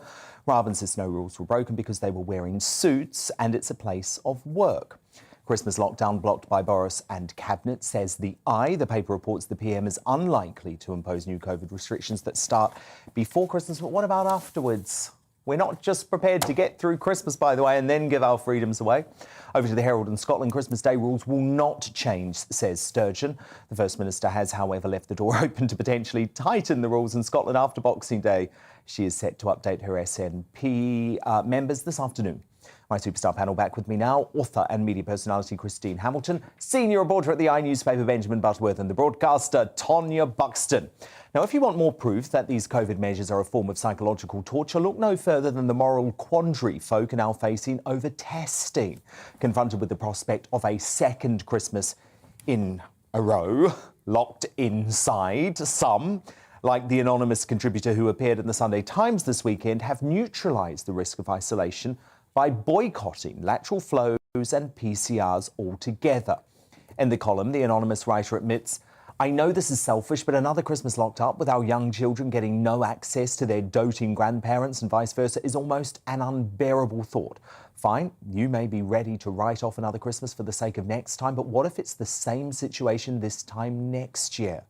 So, Tonya, given that the psychological damage of Christmas and isolation could actually be worse than the physical effects of this variant, which is believed to be very mild, is there anything wrong with stopping testing in order to preserve your Christmas? I don't understand why people are continuing to test. If you feel unwell, stay home. That's it. So you say don't test at all? Oh, I've been saying don't test at all since the beginning. I mean, we now, as soon as the death numbers stopped, they started using the reaction numbers. And so these numbers are being used against us to take away our liberties. If you're sick, as we've always done throughout history, stay home, and you wouldn't go with, with a sodding cold to see your grandparents, you wouldn't go with flu to see someone, so stay home. But if you're well, just go. And you have to start having your own judgment. You should know your own body and just carry on as normal, because this, if we let them, this will continue year after year after year, and there'll be another year that you don't see your grandparent. And we know that you're not going to go and see yours because they're older and worried about that, but it might be the last one. And so how can you deal with Isn't that just common sense? No. If you don't feel well, you stay at home. I mean, you've gone into this very weird sort of self-imposed lockdown for some reason. You're boasting all about it. I would say you should feel quite ashamed about being that hysterical given how young you are. Well, look, first, Tonya says that you shouldn't test because you want to see the grandparents because it might be the last lockdown. Well, it's more likely to be the last lockdown if you haven't checked whether you've got COVID before you spend several days in close contact with someone who's in a vulnerable group like the age of a grandparent. And you say about the fact that I've sort of done a self-imposed lockdown. Well, that's because, you know, I suspect chances are I wouldn't get really sick. That's obviously the probable outcome if I got COVID. But I would have to isolate for 10 days and wouldn't be able to see anyone over this period. And it's clear that millions of people have done the same thing. And I think you've always argued people should be able to make a choice for themselves. Well, that's a sensible choice I've made at this point in time. Yeah, absolutely. But then why is Tonya wrong not to test? Because that's a choice that she's making for herself. As the writer says in their own words, it's selfish. Because the truth is that I think, what is it, about a third, half of COVID cases are asymptomatic. So if I got COVID, for example, and wasn't testing, it's very possible, due to my age and, you know, health, that I wouldn't know it. That's perfectly possible. But I'd still be passing it on to someone who's vulnerable, who could get seriously sick. Christine, that is selfish behaviour. How do you feel about this one, Christine? Well, I think one thing to say, as I understand it, is that these lateral flow tests are notoriously unreliable. Mm-hmm. So even if you get a positive test, it may not be, and if you get a negative test, it may not be. I think this is something everybody should make their own decision. We all know, everybody knows what their Christmas plans are. They know who they might be meeting, who's coming to them, who they're going to. So it's up to them to make the decision. I think imposing tests on everybody would be absolutely ridiculous. I mean, the number of lateral flow tests, first of all, it's impossible to get them, by the way, at the moment. I haven't been able to get any. I ordered some, they haven't arrived by post. I can't get any, etc., etc. But it's freedom of choice. Make your own decision based on what you're doing and who you're going to be seeing. Benjamin, don't you worry that we are becoming addicted to testing in this country? This time last year, on a normal day, there were 364,388 tests. On December the 16th this year, 1.6 million tests. Now, you know in the US, no one gets these tests for free. Why are we so addicted to testing? It's just odd. You must accept it's just weird going around constantly sticking something up your nose. No, it's when you feel fine and you may have had COVID 2 weeks ago. It's not weird at all. What's weird is being in a pandemic. That's still pretty weird. What's practical and sensible and intelligent we are endemic is that you now. don't want to. We don't want to spread the virus. People testing, the reason there's been a huge rise, partly because this Omicron variant is spreading a lot faster than other versions. And much weaker. Well, weaker like we said. I don't know that yet. No, we actually. do. We actually do. You've got to look at South Africa. What's happening Benjamin, in South it's so Africa? funny. Where You seem to block out any evidence that's positive, and yet if it's negative, you embrace it. You don't say, "Oh, let's wait for the facts." You absolutely embrace it. No, please, Dan. We have to take this on. Of what am I brainwashed? Tonya believes that people that support lockdown measures that get tested, you believe they're bad people, don't you? I believe the people that support lockdown measures are not looking at the full picture. Do you believe they're bad people? I said, as we discussed earlier, I said they're not looking at the full picture. There will be many, many more deaths of much younger people. And look at life years. And so that child that's been abused and killed at home, to say that it has a whole life to live. How dare you weaponise people like that? Oh, don't use that type of It's a dangerous, contagious snowflake virus. language with me. It is a dangerous, contagious virus. Well, I wouldn't be here. Let me tell you that the fact of the matter is that, unfortunately, a lot of people have died of this virus, and a lot of people were end of life then. So we know right at the beginning... 1% of people who have had COVID have died. 1%, that's all. Thank you. But it's a pretty huge number that are people And how many people are going to die now because of undiagnosed cancers, because of loss of industry, because of suicide? There are such greater things than COVID. So and the fact that you hop on and on and on about COVID deaths is the message that you're sending out there. If that's what you want to say, because it's a good pop thing to say, then say it. But it's very clear that I tell you why I'm sitting here. I'm sitting here because I really care about people. I care about society. I care about children. People. That's why I think you don't. You're just sitting there going on and on about by accident because you didn't test. Oh, you're just being childish and you're not looking at the full picture. If you have a narrative and you're just going to stick to it. You could kill someone. I'm here because I believe in humanity. I believe that we all wish the best. And I just think that you're very narrow-minded. You've not lived long enough to quite understand that you have to look at the whole picture. You wouldn't know. Yes, and because you admitted it. No, I'm not admitting that. I'm saying that the lockdowns will cause far greater death. I know that for a fact. Well, COVID is on a pedestal at the moment, and it's got to be knocked off. Yeah, indeed. And one, because I'll tell you what, a lot more people are going to die of cancer. Of course they are. Professor Carol Sikora has said all along. Can I just say, if I've got time, one very small thing. Yes. The PCR tests, if you take a PCR test and it's positive, this whole test, trace and protect thing swings into action. Oh, I know. You're not allowed to move. And you ruin the lives of loads of family members as well, Exactly. and friends and so colleagues. if we could just turn that back a bit, more people might test. Now, our friendly neighbourhood Spider-Man has really outdone himself with this act of charity. Last year, heroic 6-year-old Bridger Walker was left needing 90 stitches after saving his little sister from a dog attack. So be aware, we're going to briefly show you some graphic images here. After tales of his bravery went viral, Bridger, who loves all things Marvel, was invited to join the British actor Tom Holland on the set of the new Spider-Man film No Way Home, which sees the web slinger take on classic villains from 19 years of movies, including Dr. Octopus, Electro and the Green Goblin. Bridger got to fulfil his dream of swinging through the air. Honestly, this makes me quite emotional. It's so lovely with Spider-Man before the new best friends performed their best superhero poses for the camera. And little Bridger wasn't the only person excited to see Stan Lee's comic book character No Way Home has raked in almost £455 million globally in less than a week, the third biggest opening of all time. Do you know, it's also the first movie of this pandemic era to make more than, or it's set to at least make more than $1 billion at the box office. But look at that little boy. Great thing for Tom Holland to do. Of course, it would take a superhero to save cinema, I guess, wouldn't it? Christine Hamilton, Benjamin Butterworth, Tonya Buxton, do stand by, because coming up are vegan-only events thrown by the Misery Guts and the Labour Party, the Lib Dems and the Greens discriminatory. My superstar panel will get their teeth into those debates, and they'll give you a first look at some of the front pages, more of the front pages anyway. And next, as the government threatens to unnecessarily cancel Christmas again, how did the powers that be get Omicron so wrong? The incredible Oxford University Professor Sunitra Gupta, infectious disease epidemiologist, delivers her expert opinion on the scariant and opens up about the attempts to publicly smear her and fellow authors of the Great Barrington Declaration by Dr. Anthony Fauci. It's time to remind ourselves there's always another winter. Canary Islands sponsors the weather. Hi there. We keep a lot of cloud in the sky, I think, during the next 24 hours, but by the start of Tuesday, there is an increasing chance of cloud breaks in some places, leading to a frosty start, but a good chance of sunshine by the afternoon. Here's the area of high pressure that's been keeping us dry, settled, but also mostly cloudy during the last few days. Now, during Monday, some slightly less moist air drifted in from the east, and that's led to those cloud bases lifting a touch and a better chance of breaks developing within the cloud.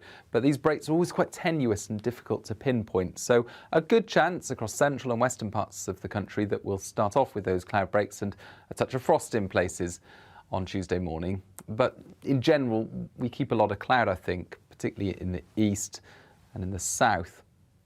And again, we'll see a lot of that cloud drift around during Tuesday itself. But you can see some reasonable cloud breaks and sunshine developing during the afternoon across parts of central and western England into Wales, western Scotland as well. A pleasant enough day where we get some sunshine coming through at last. Otherwise, mostly it's cloudy and it's feeling cold, 5, 6, 7 Celsius, about as high as those temperatures will get. And then, with the chance of those more extensive cloud breaks by the end of Tuesday, we go into the start of Wednesday with the fairly widespread frost, I think, across Scotland, England and Wales, particularly away from towns and cities, temperatures dipping a degree or so below freezing. But for Northern Ireland, it's milder as cloud rolls in here and the first signs of a change on the way midweek. Outbreaks of rain, a wet start for Northern Ireland, and then those outbreaks of rain pushing into southwestern Scotland by the afternoon, as well as Wales and southwest England. Some heavy rain for a time, and that moves into the colder air further east. So there's the chance of some snow on the tops of the Pennines and Scottish mountains, but it turns milder and wetter in the south. Canary Islands sponsors the weather.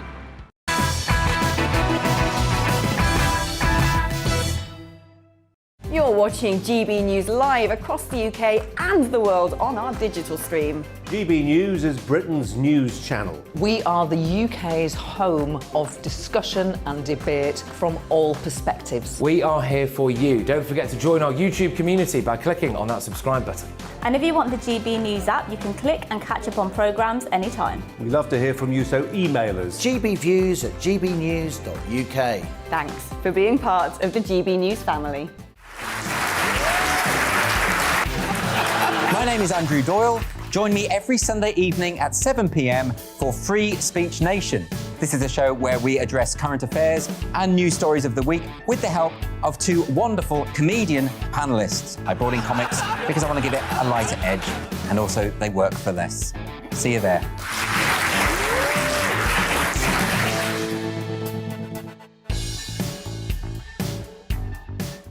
Join my show Farage, 7 p.m. till 8 p.m. Monday through Thursday, and there you will get opinion, analysis, debate, and I'll cover stories that nobody else dares to touch.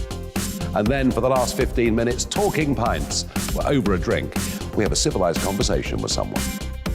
We very often disagree, but we do it in a grown-up way. Come and join me on Farage.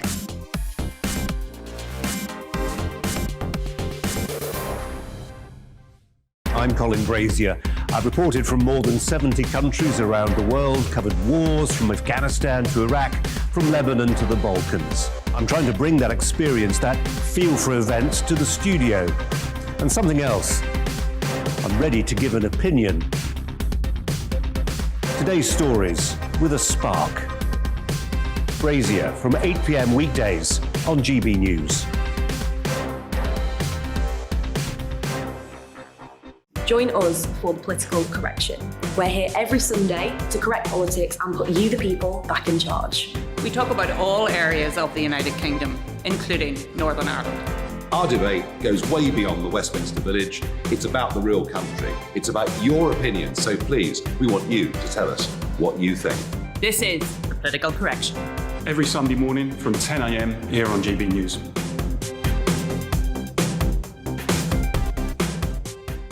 You're watching GB News live across the UK, the world, and our digital stream. GB News is Britain's news channel. We are the UK's home of discussion and debate from all perspectives. We're here for you. Don't forget to join our community by hitting the subscribe button.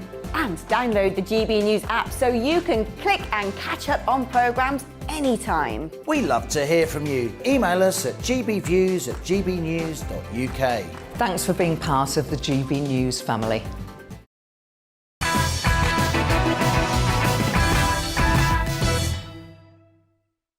Now, the University of Oxford's brilliant Professor of Theoretical Epidemiology, Sunitra Gupta, has been a heroic contrarian throughout the pandemic. Professor Gupta has stood firm by her belief from day one that lockdowns cause more harm than good, bravely opposing doomsday sage modelling and our hysterical mainstream media. She also co-authored the Great Barrington Declaration with two other great scientific minds and friends of the show, Dr. Jay Bhattacharya and Dr. Martin Kulldorff, which was censored and deliberately smeared by lockdown fanatic Dr. Anthony Fauci, according to leaked emails over the weekend. Sunitra and her courageous colleagues have been ignored and vilified throughout the pandemic for challenging the ominous COVID orthodoxy and appealing for a less damaging approach to COVID rather than shutting down society at will. But now it's critical. The world hears Professor Gupta's views on Omicron and how we should really be reacting to it. So I'm delighted that Professor Gupta joins me tonight. Professor Gupta, thank you so much for joining me tonight. You have some fascinating analysis about Omicron that actually suggests that this variant isn't spreading much faster than the other variants. Indeed. I mean, I think what's been ignored here is the fact that actually this coronavirus, like any other coronavirus, is doing what it says on the tin of coronavirus epidemiology. So I still maintain that there was actually a big peak prior to March 2020 in this country. And then what we are seeing subsequently in this country and everywhere else on the planet really is this dynamic playing out in the context of seasonal fluctuations in transmissibility and a natural loss of immunity against infection, both and also immunity against infection as conferred by vaccines. And that's sort of determining the epidemiology. But what's really brilliant is that both natural infection and vaccines are protecting us from severe disease and death. And when I say us, I actually don't mean me. I mean the people who are actually vulnerable to death and severe disease and death. And those are the people we should have been focusing on right from the start. Yeah. Of course we should. Because the alternatives that were suggested to try and contain the spread of this virus were unrealistic and caused enormous collateral damage. And you and I have been speaking about that collateral damage for more than 18 months. Are you frustrated that here we are, 21 months after the first lockdown, talking about another lockdown that will destroy the economy again, cause a multitude of other health issues, add to the mental health crisis, rather than embracing this idea of focused protection, which is what the Great Barrington Declaration is about, which would mean putting a shield essentially around the most vulnerable in society? I am full of despair because, I mean, we've already caused so much harm, particularly to children, which I think it's just unbearable to think of the harm that we've already caused and are prepared to continue to cause. And that I just find it absolutely unbearable. But as I did, 20 months ago, thinking of what lockdowns would do to the vulnerable, young children for whom not going to school meant not getting a hot meal, not being monitored to see if something terrible was going on in their lives, as well as the multitude of people internationally for whom a lockdown spelled death, or at least starvation of some sort. And, it's the costs of lockdown are so profound that, and were so evidently profound right at the start. I don't understand why people were so, so willingly entered into that proposal that this would be the one way that we could get out of this situation. The epidemic is very real, and we needed to manage it, and it has caused many deaths, many of which were probably avoidable. But what was the way to avoid them? The way to avoid them was by shielding those vulnerable people from exposure while we built up herd immunity, which is actually the way in which we deal with respiratory illnesses and the various other illnesses that we live with. It is by building up immunity in the population to a level that actually reduces the risk to the vulnerable, to those who might actually die of the infection. So we have to stop being afraid of infection itself. That's just a condition of life. And at the same time, we have to really, really think very carefully about how to protect people who might die of the infection, but also how to protect people who might die if we fixate on preventing infection. Totally. You also think, well, tell me if I'm wrong, but you also believe that the government's priority when it comes to the booster programme is wrong. You think all people should be offered a first vaccination before we start boosting people in this country. Oh, absolutely. I mean, I don't think that there is really any reason to offer the vaccine to anybody unless they are vulnerable. Now, you might say, well, who's vulnerable? Well, there's a very obvious category of people who are vulnerable, which relates mainly to their age and obvious comorbidities, which by now I mean, we already have the evidence to make, you can use a risk calculator to see, am I vulnerable? Do I have these comorbidities, or am I of an advanced stage? Or, you can decide who is vulnerable on those terms. And then, of course, there are some people who might miss.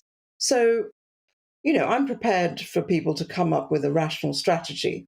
Let's say everyone over 50, which includes me, should be vaccinated. And that's why I participated very willingly in that first round of vaccines that were offered to those of us over 50.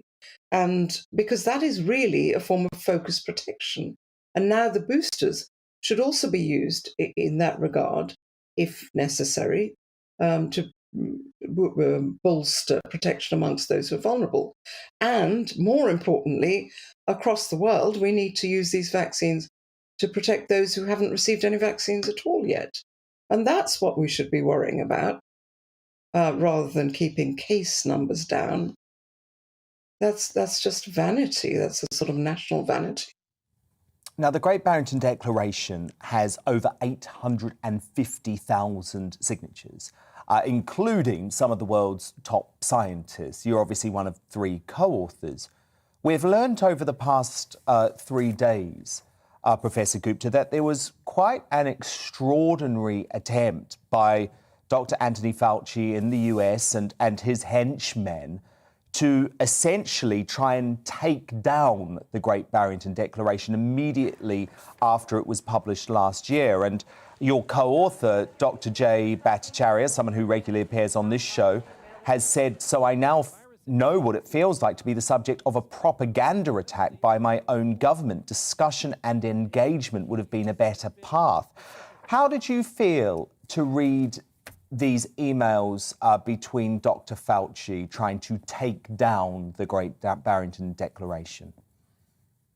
Well, obviously it was very sad, but Carl Hennigan and I have experienced the same thing in this country. We were victims of some kind of peculiar propaganda campaign last year, at the beginning of this year, really, where there was this concerted effort to discredit us, discredit our proposal that we should introduce focused protection or take the limited amount of resources we had to try and protect the vulnerable people in care homes and to ensure that children and also university students, the people I teach, to not be derelict in our duties to these people, to young people, which is what life is really all about. It is about celebrating young people. That are calls to do that and to suggest that we have a reasonable and sensible debate surrounding how we can do that, and also, try and mitigate the effects of COVID. These efforts were completely misrepresented and maligned, and we were the victims of a campaign, clearly.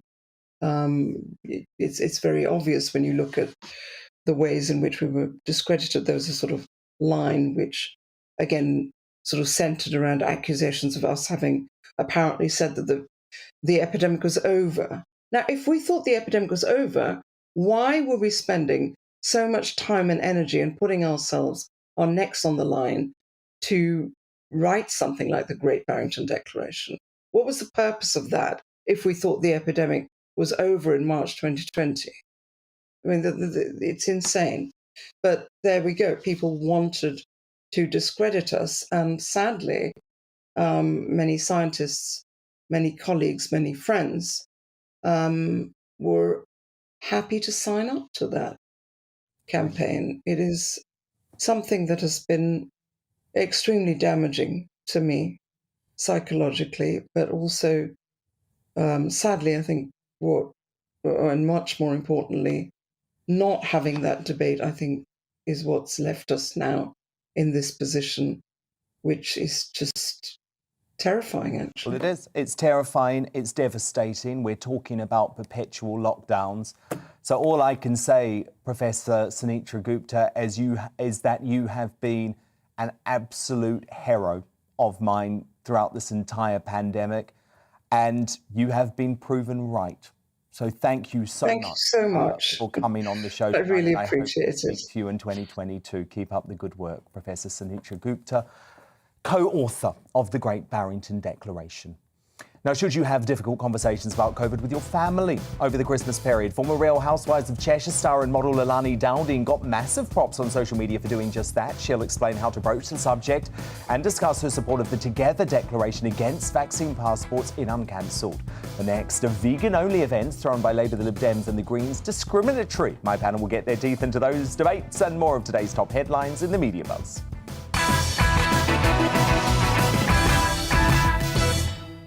You're watching GB News live across the UK and the world on our digital stream. GB News is Britain's news channel. We are the UK's home of discussion and debate from all perspectives. We are here for you. Don't forget to join our YouTube community by clicking on that subscribe button.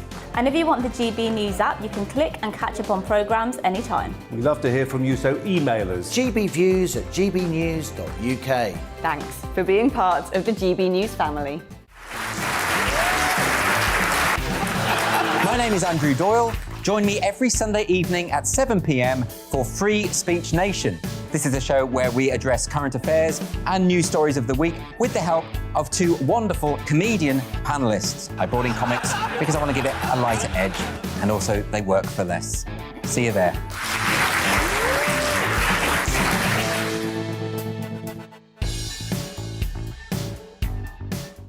Join my show Farage, 7 p.m. till 8 p.m. Monday through Thursday. And there you will get opinion, analysis, debate, and I'll cover stories that nobody else dares to touch.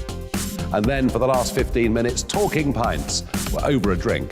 We have a civilized conversation with someone. We very often disagree, but we do it in a grown-up way. Come and join me on Farage.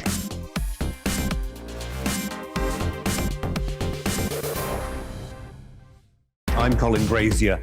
I've reported from more than 70 countries around the world, covered wars from Afghanistan to Iraq, from Lebanon to the Balkans. I'm trying to bring that experience, that feel for events, to the studio. And something else. I'm ready to give an opinion. Today's stories with a spark. Brazier from 8 p.m. weekdays on GB News.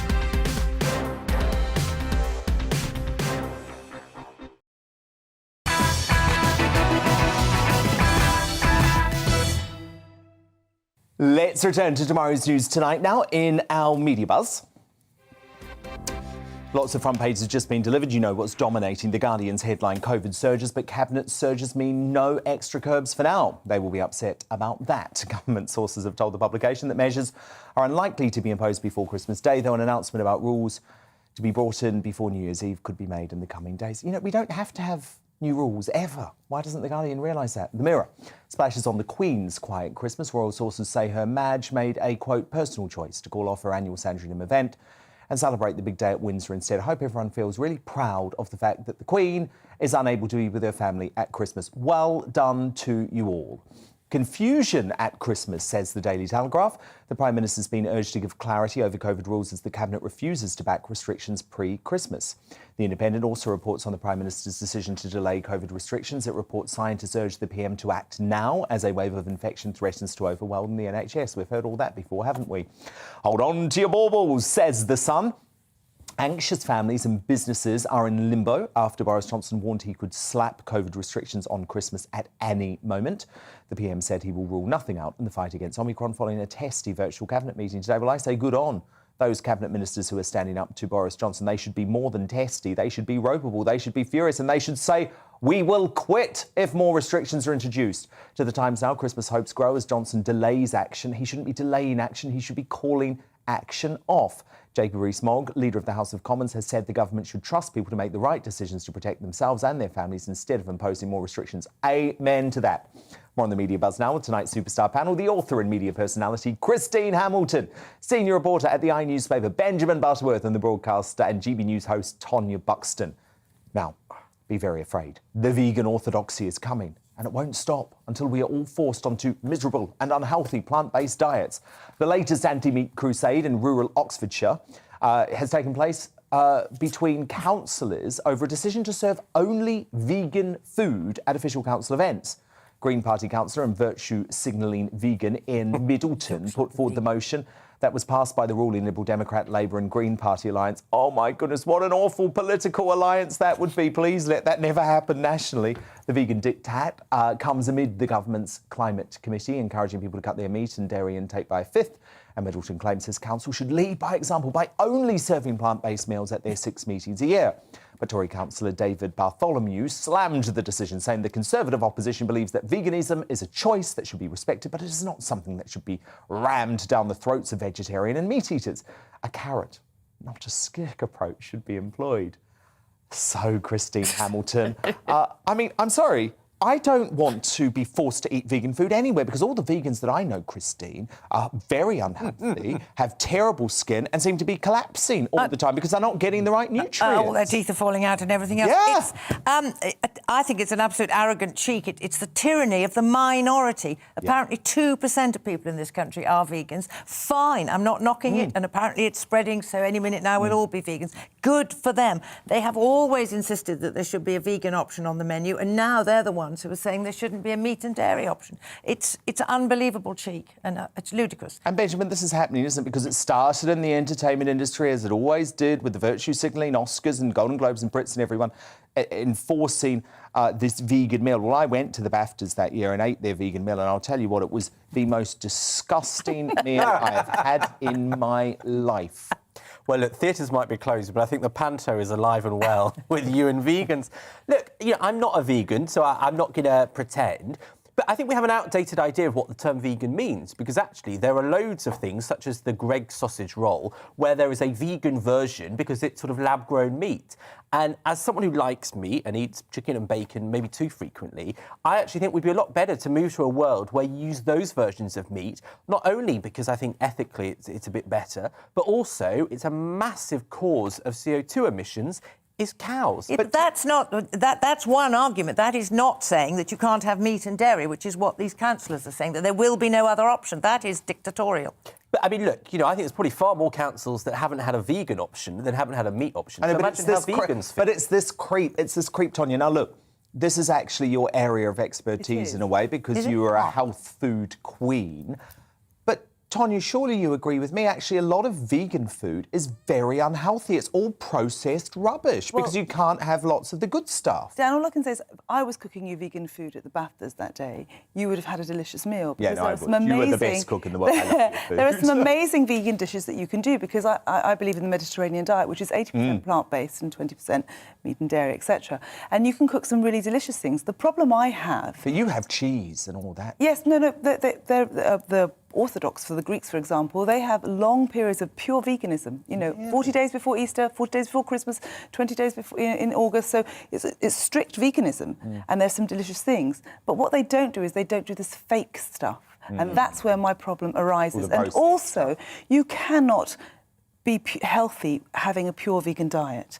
You will be lacking in B12, you'll be lacking often in calcium. There's lots of things. And most vegans have no idea how to eat. No. They don't know what is the right nutrition for their bodies. Totally. They just... And this is why all the vegans I know are collapsing left, right and centre. Absolutely. And also there's two reasons to be vegan. Are you doing it to protect the animals? And if so, then which animals are more important? Because when they churn up all these fields to make extra almonds and cause droughts everywhere, they're killing other animals. So which is the one they want? But the main thing about this is it's about choice. And we should be eating, I believe we should be eating meat, but we should be buying it from local farms that have been organically reared, humanely lived, and that's the type of meat we shouldn't eat as much. I know you're always telling me off because of my love of fast food. Yes. You know I love it. I'm a KFC disgusting. obsessive. You know I love my McDonald's. And I don't know if you'd approve of this, Tonya. A video of a McDonald's restaurant, believed to be in China, has gone viral after it showed diners riding exercise bikes while guzzling their Mackie D's. to apparently counteract the calories. That's not going to counteract anything. You know that, right? That's not going to counteract anything. It's what goes in that matters, not what comes out. But that's actually very cheeky of McDonald's, because people will then think they can have a second one because they've worked the first one off. Well, yeah, because apparently you'd have to take that Mick bike for a 13.5-mile cycle at least to burn its 1,080 calorie Big Mac meal. So no, I think keep the two worlds separate. Christine Hamilton, Benjamin Butterworth, Tony Buxton, do stand by, because coming up, the Superstar panel are going to nominate their greatest Briton, and Union Jackass will reveal the winner very shortly. And next, in Uncancelled, former Real Housewives of Cheshire star and model Leilani Dowdy joins me in the studio to discuss her support for the Together Declaration and explains how to broach difficult COVID conversations with your loved ones. First, though, very quick look at what's coming up in my final show of the year tomorrow night. Coming up on Dan Wootton tonight, after its most progressive series ever, is Strictly a force for good or in danger of becoming too woke? Its former head judge Len Goodman joins me. Breakfast TV legend and veteran journalist Anne Diamond drops by for a special announcement. Is a landmark victory against non-crime hate incidents enough to save free speech? New GBNews host Darren Grimes, who fell victim to this chilling policy, weighs in. Plus, GBNews star Nigel Farage gives an unfiltered look at the news agenda. I'll reveal 2021's ultimate greatest Briton and Union Jackass, and I break down the day's top stories with my Superstar panel. The Conservative commentator Calvin Robinson, Daily Star columnist Dawn Neeson, and the social commentator Esther Kraku. That's Dan Wootton tonight, 9 p.m. till 11 p.m. tomorrow on GB News. Oh, I'm looking forward to that. We're going to try and have some fun tomorrow night, but who knows? With Boris, he might throw a curveball. It's time now for Uncancelled. And this is where Britain's top commentators speak out on controversial issues without the fear of the cancel culture sweeping the rest of the media. Even in the most loving of households, Christmas does have a tendency to become a little bit fraught. Introduce COVID views into the mix, and you've got a potentially tinselly tinderbox, whether it's a difference of opinion on Plan B measures, boosters, or even if you feel it's safe to celebrate together. It's all too tempting to just sweep COVID and your COVID disagreements under the rug. But after going viral for having one of those difficult but necessary conversations with her parents, my guest tonight, the former Real Housewives of Cheshire star, model and supporter of the Together Declaration against vaccine passports, Leilani Dowdy, is giving advice on how to speak to concerned relatives without destroying festive cheer. Leilani, it is great to have you here. So I want to share this tweet because this is actually what happened with you and your parents, to give some context. So you tweeted, had the best phone call from my parents this AM, bit late, but they said, I think we see what you've been saying. All these regulations are so excessive. They listened to the South African doctor who first found Omicron on GBNews and stayed tuned in to there instead of the BBC. So, Leilani, a little bit of GB News can help, but tell me about that conversation, because it really fascinates me that you have been trying with your parents over months and months and months and months, and maybe now they're starting to understand your point of view. Yeah, so we've been at each other's throats, literally, every time there's been a family get-together for the last 20 months. And every time I've tried to put my point of view across, they say, well, no, if that was true, it would be on the TV, it would be on Sky or be on the BBC. But, you know, as you discussed earlier, it's not. They don't have the doctors and the scientists from the Great Barrington Declaration on there and all those people that I've been listening to since the start of this, right? So they called me up and they'd been watching either you or Farage, and they saw that South African doctor. Yeah, we've both had her on, obviously. Yeah. She's a brilliant woman, Dr. Angelique Coetzee. Yeah, and then I think they just stayed tuned in, and then they saw other people speaking, and they got a whole different perspective, you know, and they saw it on TV. So apparently it's better than when it comes out of my mouth. So I was so excited. I was literally screaming, jumping around, and I just had to tweet it. I was just so happy that they could see another perspective for once. Because it is sad, isn't it, that COVID has torn families apart. And I don't mean COVID, the virus, I mean the disagreements over COVID, because people do have such entrenched views. Well, that's right. There's been so much division, and there's a lot of in the mainstream media, especially, there's a lot of like hateful rhetoric. There's the scapegoating, saying it's the unvaccinated people that are spreading the disease, and they're not listening to other perspectives. And that's the great thing about the Together Declaration. It's vaxxed and unvaxxed all together against vaccine passports and vaccine mandates. And that's what I loved about it. That's why I signed it. Yeah, and this was, I think, the protest over the weekend. And again, Leilani, it's been so sad, I think, to see a lot of the coverage of this protest, which was very peaceful from what I saw, attended by tens of thousands of people, just dismissed by the mainstream media as being an anti-vax protest when it was nothing of the sort. Not at all. I was there, Tanya was there, there were loads of us there together. I saw kids there being pushed in prams. There was an old man walking right by Tanya and I, not walking, he was in his little wheelie mobility scooter coming along with us. He had to be 80 years old. So it's all kinds of people that have been there. And it's not an anti-vax rally, it's against mandatory vaccines and vaccine passports. There's 100,000 nurses that could potentially lose their jobs in April. And what kind of stress is that going to put on the NHS? There's already stress on the NHS right now because 40,000 care workers have lost their jobs. And so there's people in hospital that should be out of hospital in either the care homes or at home with care packages that aren't, because there's no care workers to look after them. I know, it's crazy. Now, one thing that really annoys me too is that folk like you, who have very strong views on this, people like to dismiss you because of your previous profession. You know, They say, oh, what does a reality star know? What does a model know? But actually, I've followed a lot of what you've had to say over this, and you're very well researched, and you're very passionate. How annoyed do you get, Leilani, when people try to dismiss you because of what, by the way, was a very successful career? You know, I actually laugh it off at this point. I'm quite thick-skinned, but at the end of the day, I'm a human. I'm allowed an opinion on how I live my life. I'm allowed to have an opinion on what I want to put in my body. And I think every single person out there should be allowed to choose what they want. And when I say choice, I don't mean have a vaccine or lose your job or get fined or go to prison. No, that's not much of a choice, is it? That's not a choice. I just mean, you know, have a choice and respect each other's choices, because we have to. I mean, it's coming up to Christmas. We just have to respect each other's choices and, you know, love each other for who we are and what we decide. Because, you know what? Vaccinated people can catch COVID, they can spread it, and unvaccinated people could have had COVID, like a lot of the NHS workers. They might have natural immunity, or they just might lead a very healthy life and don't want to have it. Yeah, and there you've got Professor Sunetra Gupta just a few minutes ago on my show.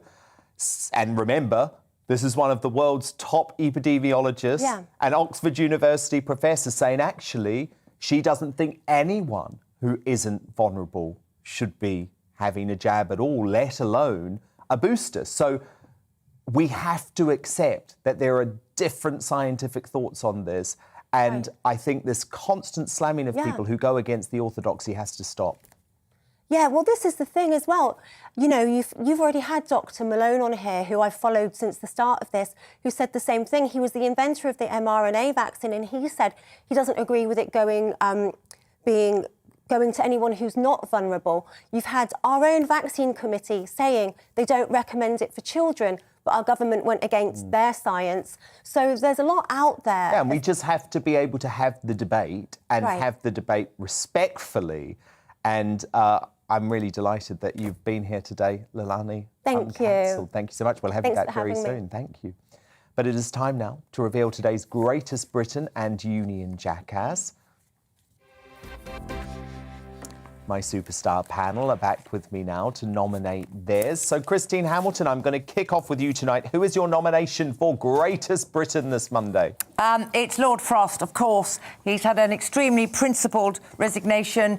He is realising that the EU negotiations are going absolutely nowhere. They never were going to go anywhere. The EU is going to give us absolutely nothing. And I think he sensed that Boris was getting ready to compromise anything for quiet life, and he wants absolutely nothing to do with such craven capitulation. And he is worried the killer blow in his otherwise rather congratulatory letter to the Prime Minister was he is concerned about the current direction of travel. And he can see that Boris, instead of going down the low regulation, low tax route, is going down completely the opposite route, and he wants nothing to do with it. So he's my hero. Benjamin Butterworth, your nomination for Greatest Britain. Well, it's nearly Christmas, so mine's a lot lighter. Mine is Rose Ayling-Ellis, who won Strictly Come Dancing on Saturday night. I love that show at the best of times, but it was the most powerful final I'd ever seen. For those who don't know, Rose is deaf, and so she can't hear the music she's dancing to. She does it purely through feeling the vibrations. And for me, she's a genuine inspiration to achieve something like that. Tonya Buxton, your Greatest Britain nominee. So my nominee is John Bowes. He's the actor who was in Prime Suspect and Coronation Street and Emmerdale, and he was on GBNews recently, and he made such a great point against vaccine passports and for ivermectin, other treatments, antiviral treatments against COVID. And he's lost so much in his career to stand up for us so we can have liberty and freedoms that I feel he deserves this mantle. Well, my winner tonight is Christine, who picked Lord Frost, who is most certainly the Greatest Britain after making that principled move over the weekend. Let's move on now to our union, Jackass. Christine, your nomination. I think I'm going to like this one too, aren't I? Well, I'm sorry to do this and pick another politician, but I'm afraid I'm going for Sadiq Khan because he has used deliberately provocative and alarmist language, saying that this major incident, sorry, for a moment I forgot what he'd said. It is designed to scare people, to inflame people, and he is killing the heart of his own city. So he is a mega jackass, in my view. Yeah, and also he's cancelled the outdoors New Year's Eve celebration just this evening. So what an idiot. Benjamin What an Butler, ass. your Union Jackass nomination. Well, appropriately, in the interests of balance, mine is Sean Bailey, the man who lost to Sadiq Khan. He sits on our superstar panel, Benjamin. And, well, strangely, he was missing from the superstar panel 2 Thursdays Well, no, ago. but he came on the show to reveal in an exclusive interview. He did, indeed, and I watched it, and that's why he's my jackass. Because here is a man who, after the story came out about those Christmas parties,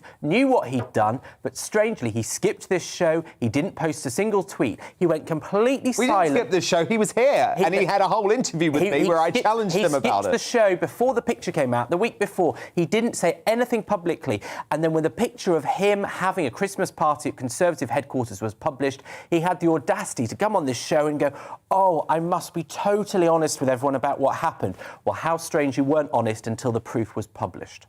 Tonya Buxton, your nomination for Greatest Britain. So, Neil Ferguson. Oh, no, Union Jackass, sorry. Union Jackass, please. This is definitely not your Greatest Britain. It's Neil Ferguson. And just to remind everybody, so his fit and mouth predictions were 150,000 people will die, 200 died. He said at BSE in 2002 that 50,000 people would die, 177 died. Bird flu, he predicted 1.5 million would die, and the reality was 82 died. Now, the whole with swine flu again, it was 65,000, only 457 people died. And with COVID, he has predicted that 500,000 people will die. And so he's always wrong. He's always wrong. He is the reason that we are in this fear cycle, constant fear cycle, and he's still got his job. I mean, all he does is get it wrong, and yet he's got a job. It's astonishing to me, Tonya, and I have to agree with you. He is my Union Jackass because for some reason the government allows him to peddle his nonsense, his projections, which are always wrong. It's been so damaging for this country, and Boris Johnson should fire him for a second time. I don't know why he ever let him back in. But thank you so much to a fabulous superstar panel this Monday. Christine Hamilton, Benjamin Butterworth and Tonya Buxton. Have a very Merry Christmas all. It's my final show of the year tomorrow night. We're going to try and have a bit of fun. We're also going to reveal the ultimate Greatest Britain and Union Jackass for 2021. I'll see you then. It's time to remind ourselves there's always another winter. Canary Islands sponsors the weather. Hi there. We keep a lot of cloud in the sky, I think, during the next 24 hours, but by the start of Tuesday, there is an increasing chance of cloud breaks in some places, leading to a frosty start, but a good chance of sunshine by the afternoon.